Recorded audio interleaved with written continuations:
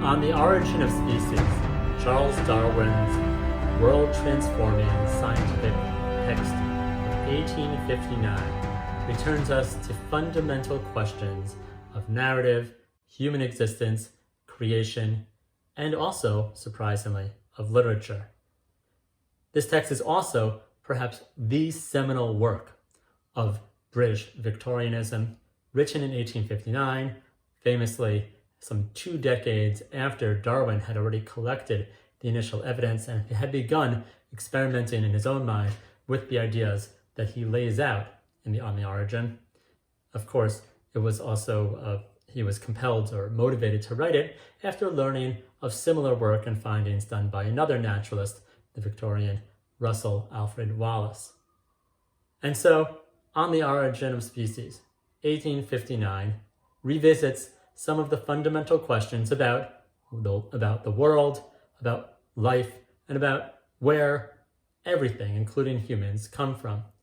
And in many ways displaces what until that time, or perhaps even since, has been the essential work of English literature, a work of translation, the authorized Bible, what is known as the King James Bible, done by a committee of very learned authors and men and scholars in the early 17th century. The text that is in the beginning and frames that in English. Darwin, who is completely certain of his theory, he is absolutely convinced that he is right, and he is, after accumulating overwhelming evidence over the intervening decades, knows full well what he is taking on. In the opening pages of The Origin of Species, Darwin acknowledges that he is tackling the mystery of mysteries, the very story of life. He doesn't have the mechanism. Genes and DNA were discovered after him, but he is unraveling the account. He is telling the narrative anew. It is not a story of divine, intelligent design with specific creation of each species. There is instead a much more complicated story, one that can be understood but cannot be predicted. All we can say is that it will go on according to these natural laws of ceaseless creation and death, constant evolution through natural selection and competition. Darwin knows this. It is part of also what gave him pause and gave him consternation over the tumultuous several decades in between his discovery, his personal understanding, and his publication. He also is forthright that this has major implications not just for faith and belief and the larger narrative of the world, how old it is, how it works, where things come from. All questions, by the way, that the novel and literature had spent over a century revisiting. Mystery births, the hidden roots of people, identity, where people come from and how they develop. He's now putting that in a much larger frame. He's also saying that humans are not all that different. In a later text, the 1871, The Descent of Man, Darwin directly addresses the role of natural selection by evolution through natural selection and its consequences for people. In The Descent of Man, Darwin writes that he is going to talk about in this work whether humans are like every other species, not all that different, and yet and subject to the same properties of intermediate forms, as he says, pre-existing forms, manner of development, and no hierarchy, not just between races, not just between species, humans higher than other species, but also between races. This, of course, unleashed an enormous debate that lasted, well, probably has not yet quite ended, but was extremely vituperative and indeed even murderous in the 20th century, talking about genocide and major race persecution.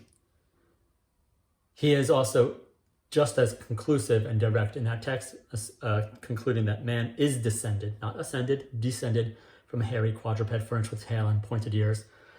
Adam Gopnik, many years ago, unpacked that phrase very brilliantly, the diabolical diabolical associations of those pointy ears.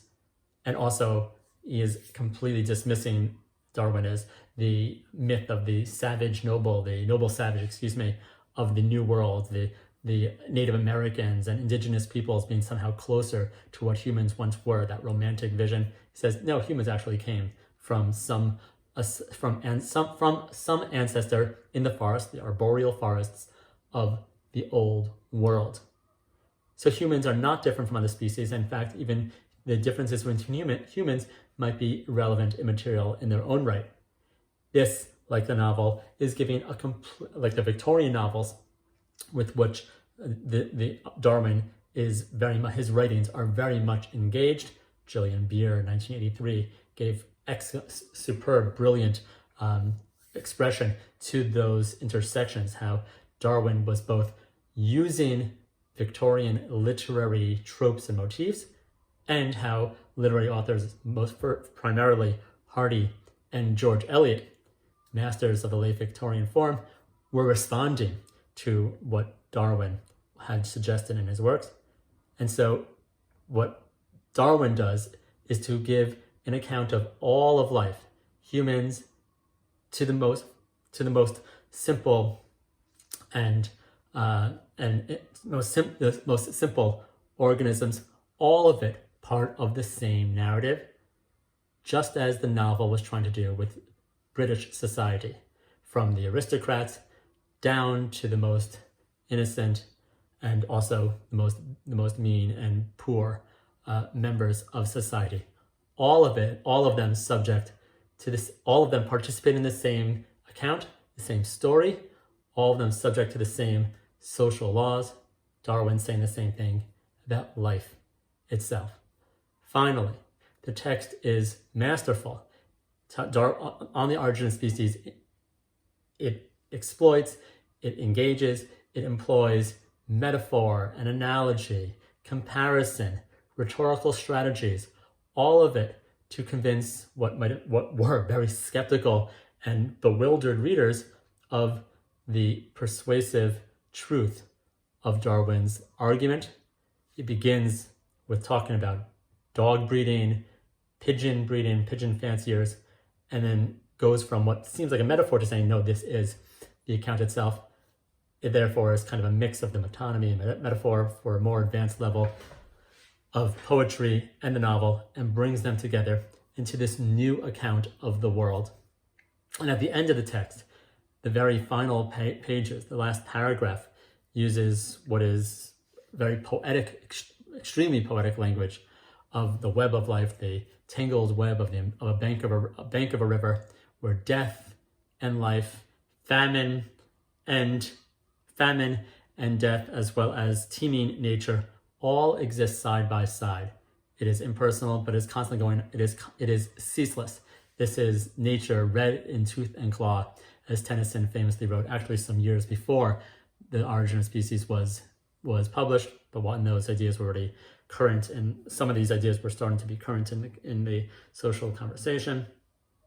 And Darwin concludes the text writing, "There is grandeur in this view of life, with its several powers having been originally breathed into a few forms or into one, and that whilst this planet has gone cycling on according to the fixed law of gravity from so simple a beginning, endless forms, most beautiful and most wonderful, have been and are being evolved. His new account, while displacing the religious or more simple religious view of Genesis, is nonetheless beautiful and grand in its own right. It is just as sublime, as transcendent, just as breathtaking, if not even more so. Moreover, while these laws, while they exist, they are ceaseless, they are fixed, they begin very simply and yet evolve, are elaborated in these infinitely complex and elaborate forms of beauty and wonder. They have not ended. Our story, the future, is part of that same narrative. It looks forward to what the world will continue to be, and it says it will be what has always been. It will be what is going on right now."